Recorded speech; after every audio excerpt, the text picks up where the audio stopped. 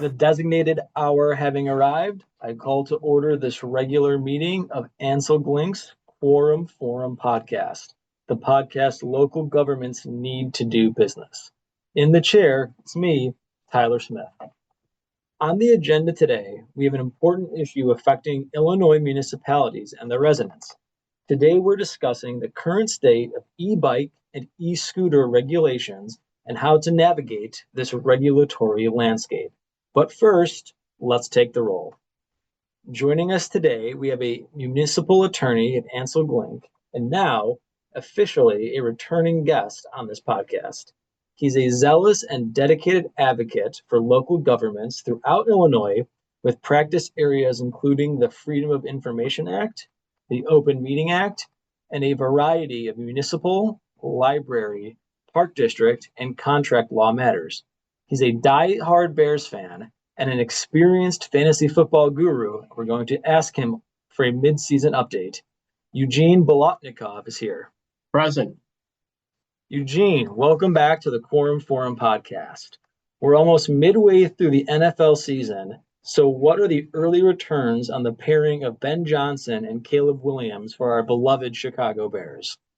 I think the returns have been good so far. Caleb has certainly gone through his struggles concerning going through progressions and occasionally feeling artificial pressure in the pocket, rolling out and zipping the ball 100 miles an hour at receivers, which presents not the most catchable balls, but also deters interceptions. Having said that, I think he's made significant strides in going through his progressions. He's generally much more calm in the pocket, throws a very pretty ball. In the rare occasion he scrambles from the pocket, very elusive, natural runner. So I'm happy with the pairing of Ben and Caleb so far. Well, it's a day that ends in a Y, so of course we're concerned about the Chicago Bears quarterback in the NFL season here. Now, as a fantasy football guru and esteemed commissioner, who should our listeners be targeting on the waiver wire to jumpstart a playoff push? My answer will start with a favorite lawyer caveat. It depends.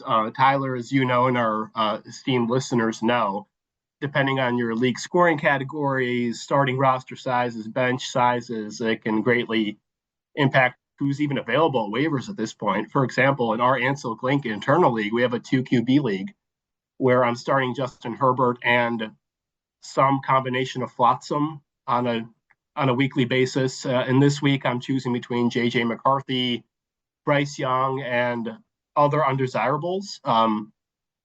With respect to running backs, Bam Knight from Arizona Cardinals is an attractive waiver wire pickup for a lot of fantasy players because the Cardinals recently released and then re-signed Michael Carter. At wide receiver, if he's available, Travis Hunter, I would recommend because he received a lot more looks from Trevor Lawrence lately. So those are just 2 suggestions. Well, with Halloween coming up here, it is spooky season outside and spooky season on the waiver wire for struggling fantasy football teams this year. All right, dear listeners, several weeks ago, Eugene and I had the pleasure of presenting on regulating e-bikes and e-scooters at the 2025 State Conference for the American Planning Association's Illinois chapter. We had such an engaged conversation with our session participants that we couldn't wait to come back to this topic with our Quorum Forum listeners. With that, Eugene, what options do our listeners have to regulate e-bikes in their communities? Before delving into some of the regulatory options for e-bikes, I want to start off briefly delineating the classifications for e-bikes under the Illinois Vehicle Code. There are 3 types. There's Class 1, Class 2, and Class 3.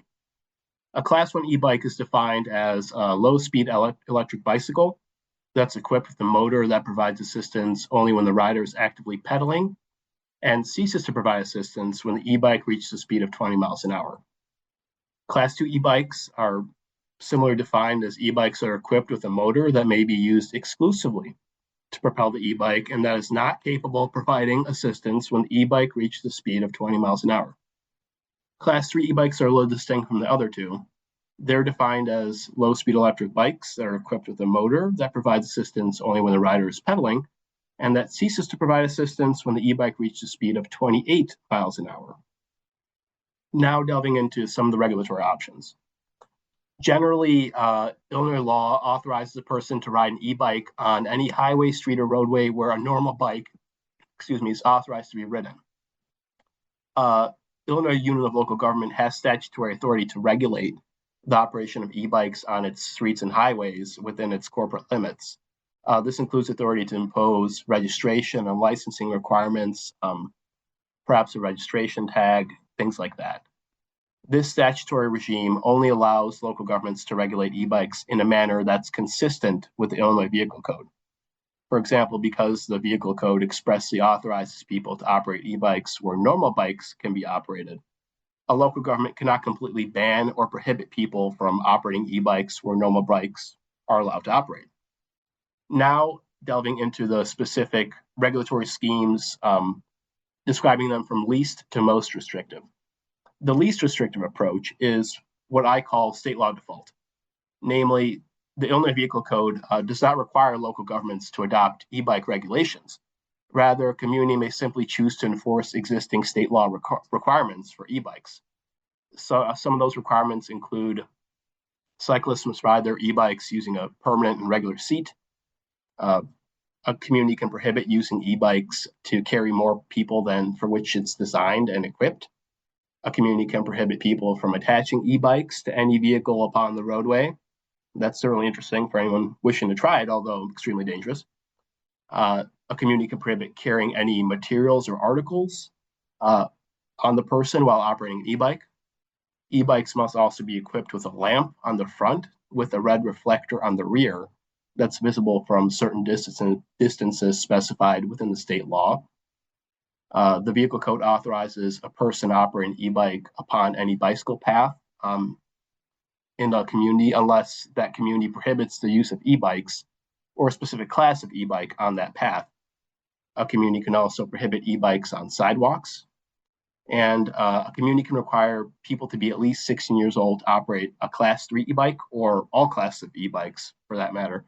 However, a person younger than 16, pursuant to the current state law, may ride as a passenger on Class 3 e-bikes that's designed to accommodate passengers. The moderately restrictive approach is where a community can also adopt additional regulations in addition to state law default.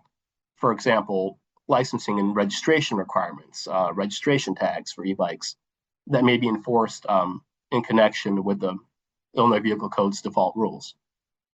For example, some communities require e-bike operators to require licenses or registration tags, submit an application to obtain a license and or registration materials for their e-bike.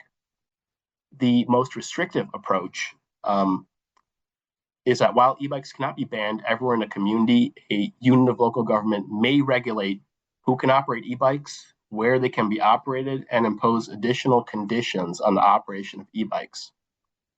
A municipality can regulate who can operate e-bikes and where e-bikes may be operated within that community. Thanks for that, Eugene. Now, in addition to e-bikes, another type of vehicle that communities across Illinois are concerned about is e-scooters. And like e-bikes, e-scooters are also rapidly growing in popularity. For e-scooter regulations, the Illinois state law under the Vehicle Code does have some default rules, and like e-bikes, there is a standard default definition provided. The Illinois Vehicle Code defines a low-speed electric scooter as a device weighing less than 100 pounds with 2 or 3 wheels that has handlebars, a floorboard that can be stood upon while riding, and that is solely powered by an electric motor and human power with a maximum speed, with or without human-assisted propulsion. For a scooter, that's someone using their foot to push off the ground, that is no more than 10 miles per hour.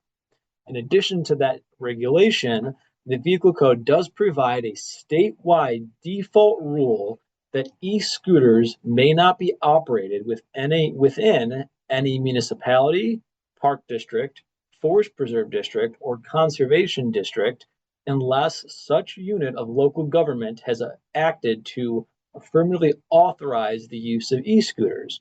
So, if a community has not affirmatively acted, which in the case of a municipality or a park district would be passing an ordinance allowing the use of e-scooters, then e-scooters are blanketly prohibited within the community, which would be either a municipality or a park district, depending on where the device is being ridden.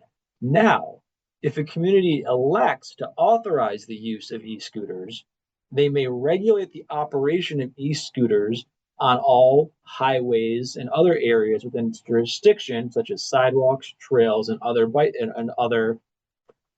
right-of-ways. Generally, this would be the same areas where kind of traditional bicycles would be operated. And similar to e-bikes, we have three kind of suggested zones of regulations for e-scooters. Starting with what we refer to as the e-scooter least restrictive approach, the community in this approach will allow the use of e-scooters on public streets, sidewalks, trails, and other rights of ways where bicycles are permitted to operate, and enforce the existing vehicle code regulations. Once again, similar to e-bikes, the vehicle code does have some standard regulations that apply to e-scooters, and these generally are along the lines of that an e-scooter cannot be operated on a road where the posted speed limit is greater than 35 miles per hour. So even under the least restrictive approach, where the e-scooter use is allowed within a community, and no one can ride an e-scooter on roads where the posted speed limit is greater than 35 miles per hour, so obviously that presents some safety concerns, having someone riding e-scooters along the sides of roadways where cars are traveling at a fairly high rate of speed. Additionally, the vehicle code provides that a person may not operate an e-scooter unless they are at least 18 years old. While you have to be at least 18 years old to ride an e-scooter, there is no requirement that someone have a driver's license to operate an e-scooter or have the e-scooter registered with the Illinois Secretary of State. Additionally, a person may not operate an e-scooter while carrying a package or other item that prevents them from keeping at least one hand upon the handlebars. Further, e-scooters may not be operated to carry more than one person at a time. So people can't ride e-scooters where one person is kind of at the front of that floorboard holding onto the handles and having a second person behind them holding onto the back.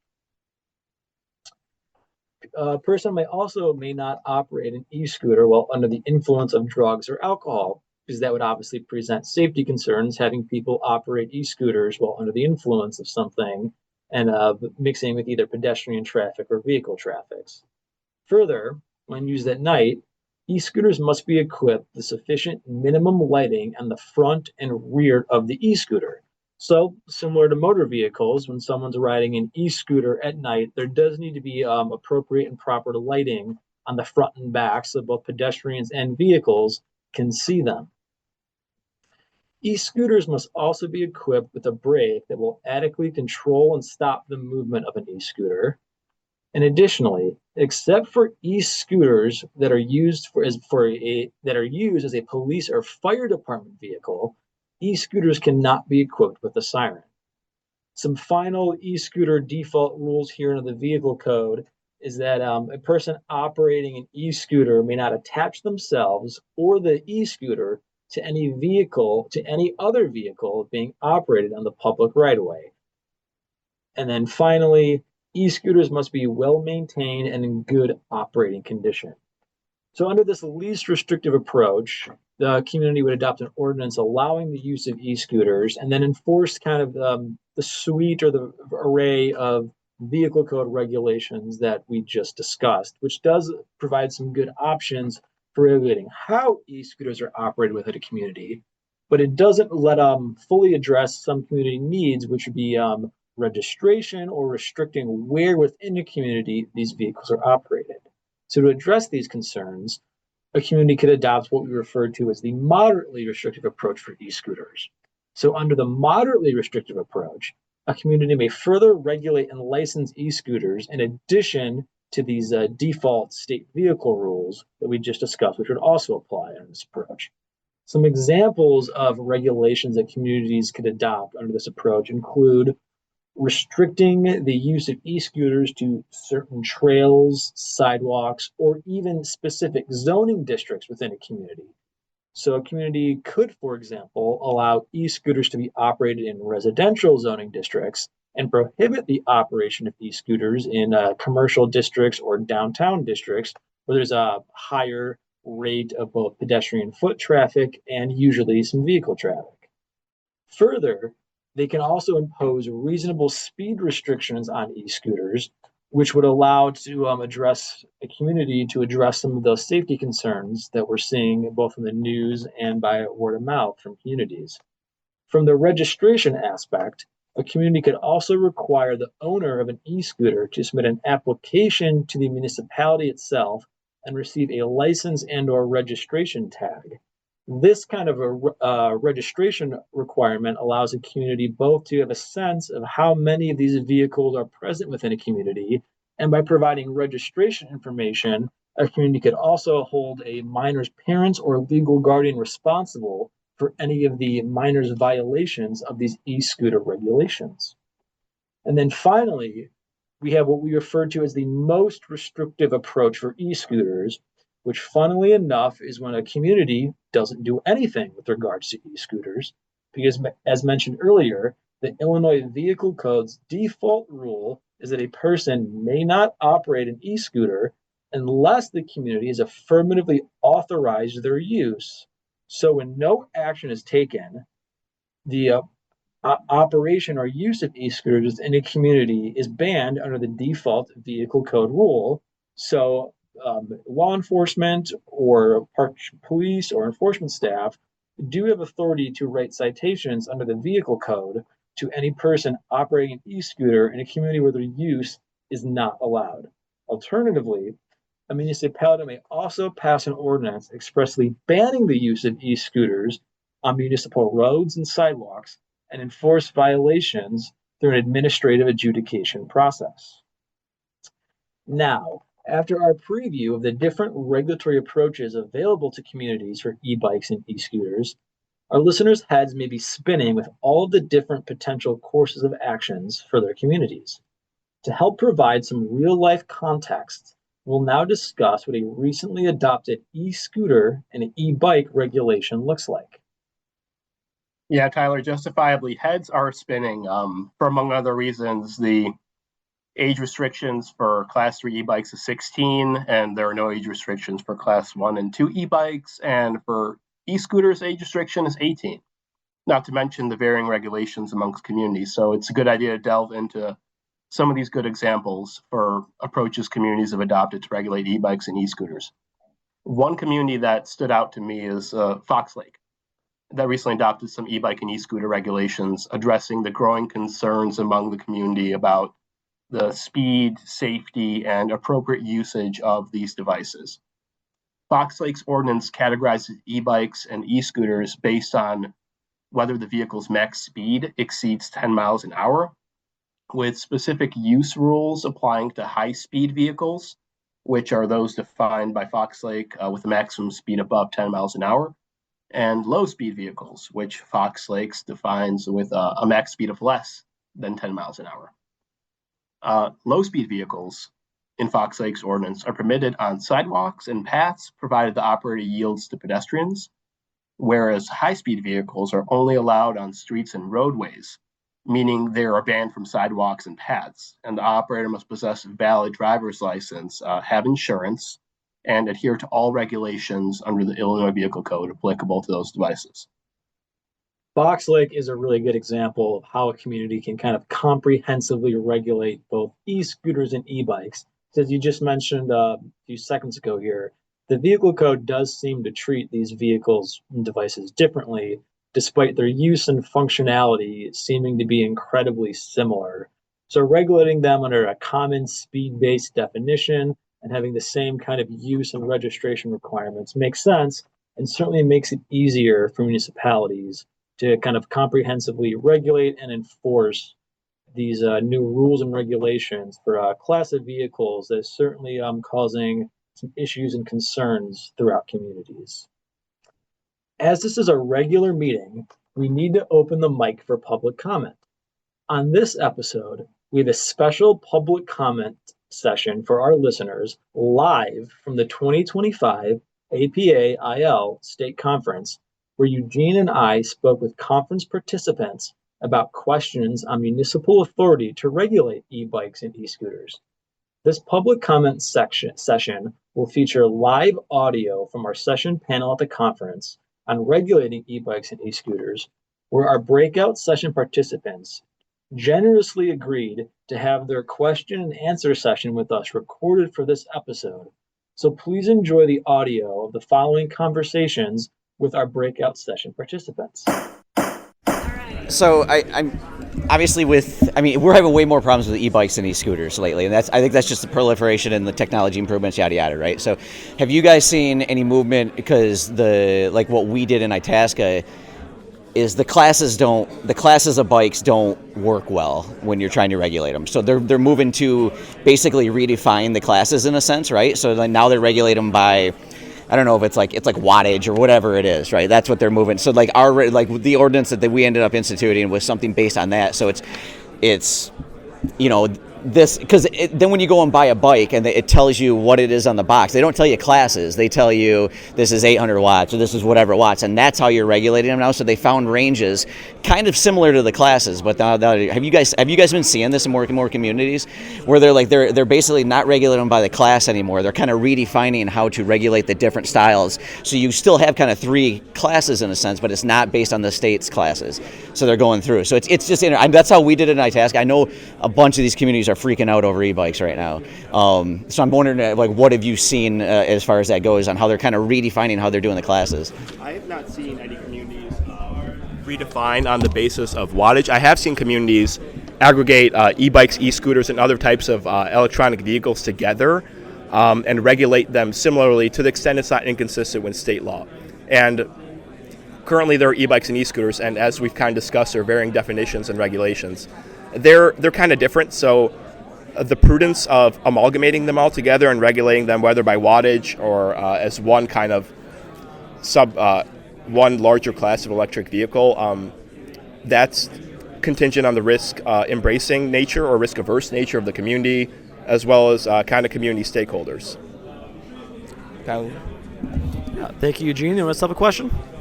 Whether or not more recent high-profile instances where there's been collisions with someone riding an e-bike or e-scooter and vehicles on the roadways. There has been some very high-profile instances in Cook County recently. I believe specifically Arlington Heights was one community where someone was riding an e-bike and there was unfortunately a fatal collision with a high school student and a truck, where the e-bike operator, I believe, was riding down on the street, did not stop at a stop sign, and as the car was going with the roadway through the intersection, there was a head-first collision with the e-bike rider and the vehicle.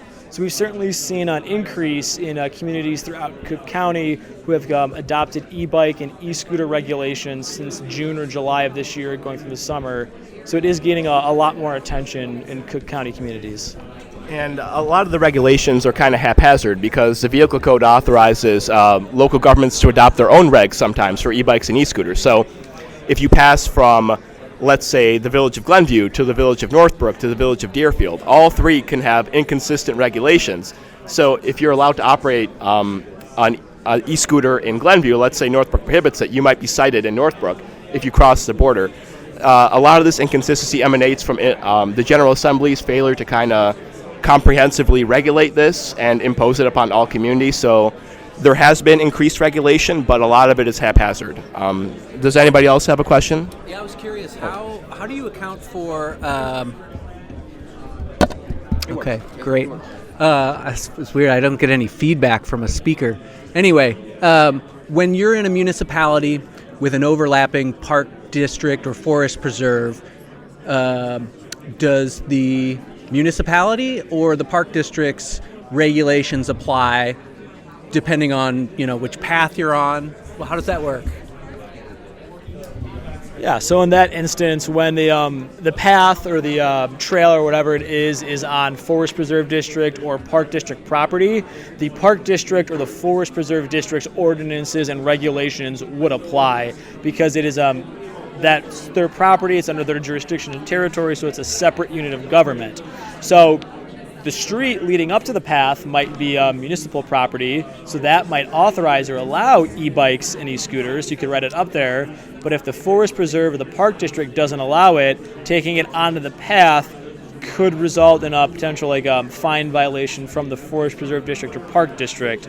They haven't allowed it. For e-bikes, if the forest preserve district hasn't affirmatively prohibited their use, they're allowed where bicycles are generally allowed. So you'd be able to ride it on a trailway, but an e-scooter, you might face a higher risk of being cited for a code violation because e-scooters have to be affirmatively allowed, and by default, they're not permitted to be operated.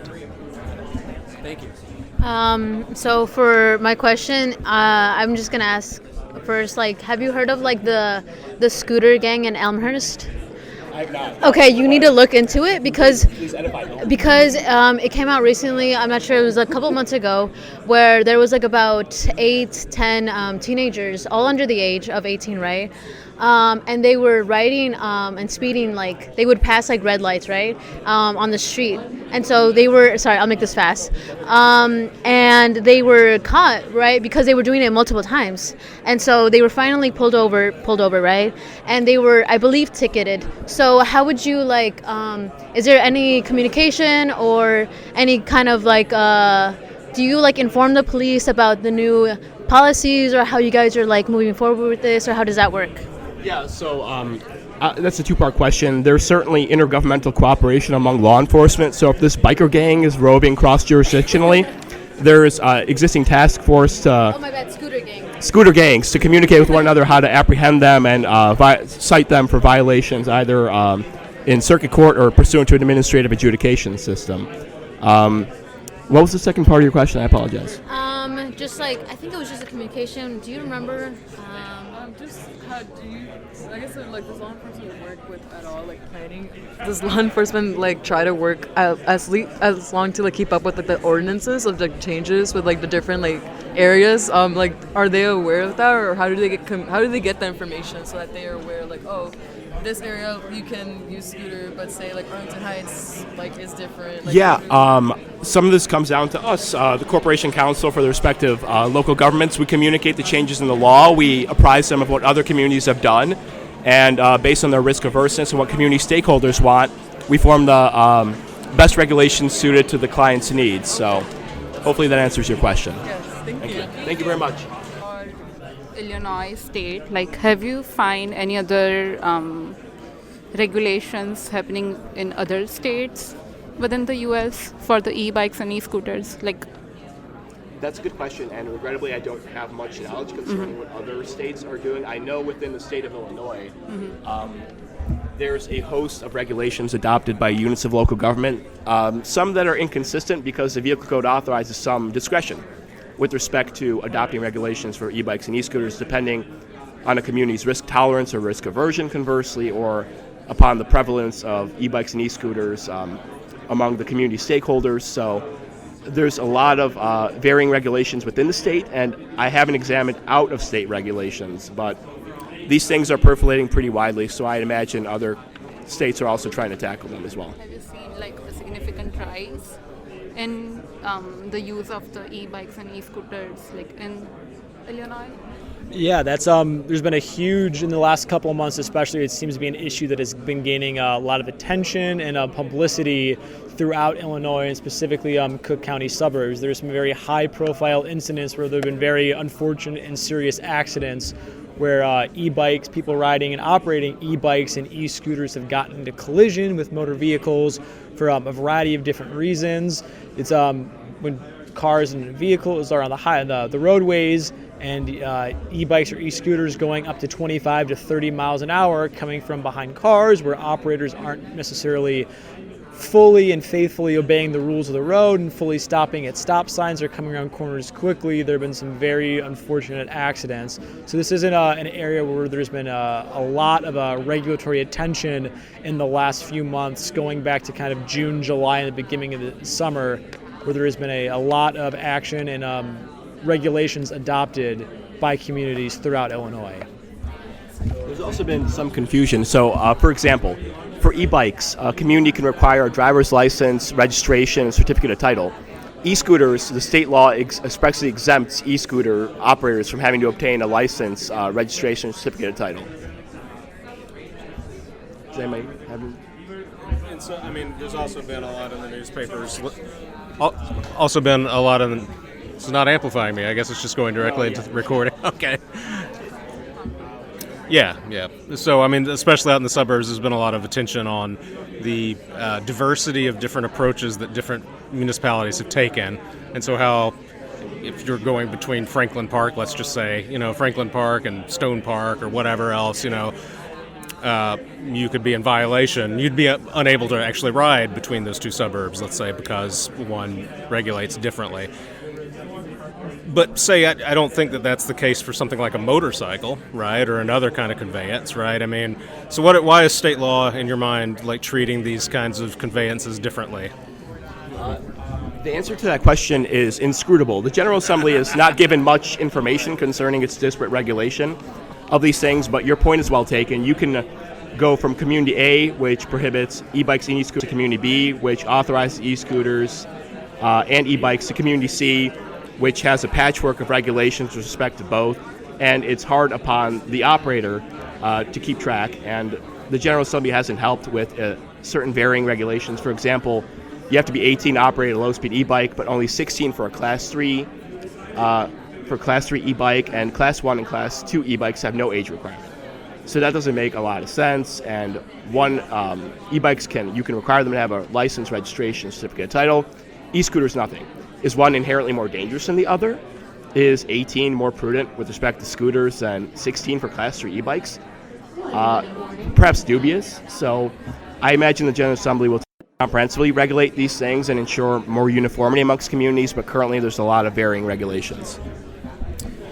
And as well, it seems that the General Assembly has been more reactive with the sense of these vehicles as they gain popularity or there's high-profile incidents. They've adopted the initial rules.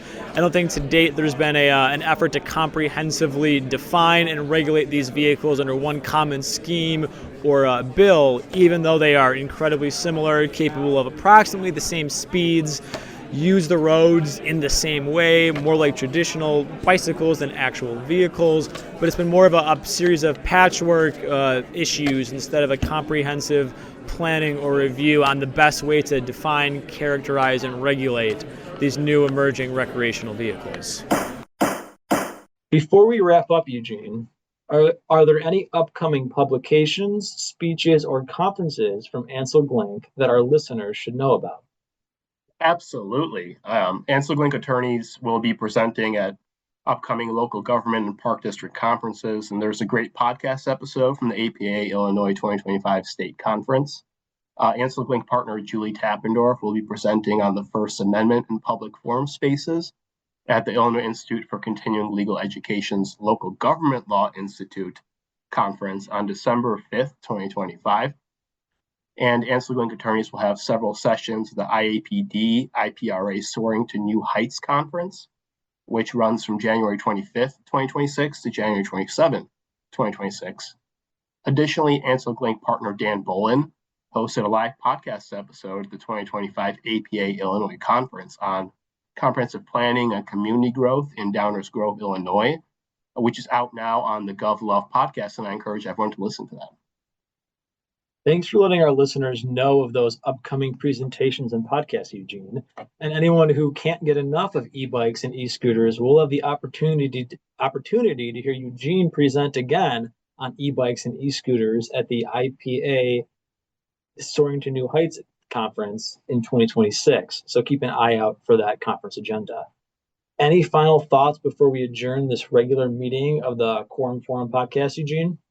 Yeah, Tyler, I would say that given the rise of and popularity and prevalence of e-bikes and e-scooters and some of the inconsistent local government regulations for these devices, inconsistencies and gaps in the state law, along with several high-profile injuries of people operating these devices in the last few months, it probably would not be unexpected for the Illinois General Assembly to revisit and take a closer look at amending its existing regulations governing e-bikes and e-scooters, or possibly creating new regulations to fill in and address these gap devices. For example, high-speed electric scooters that are not currently regulated by the Illinois Vehicle Code.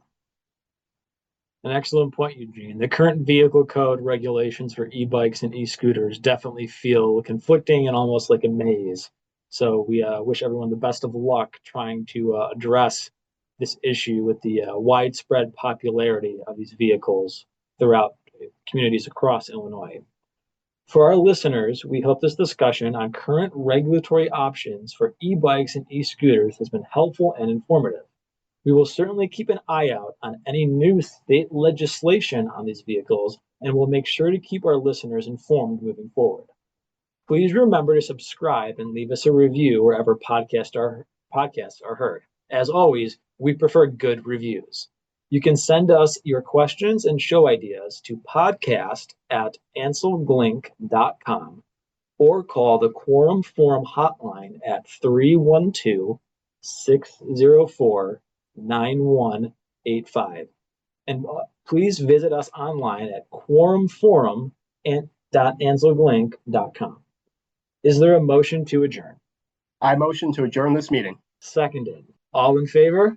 And the ayes have it. See you next time on Ancel Glink's Quorum Forum podcast.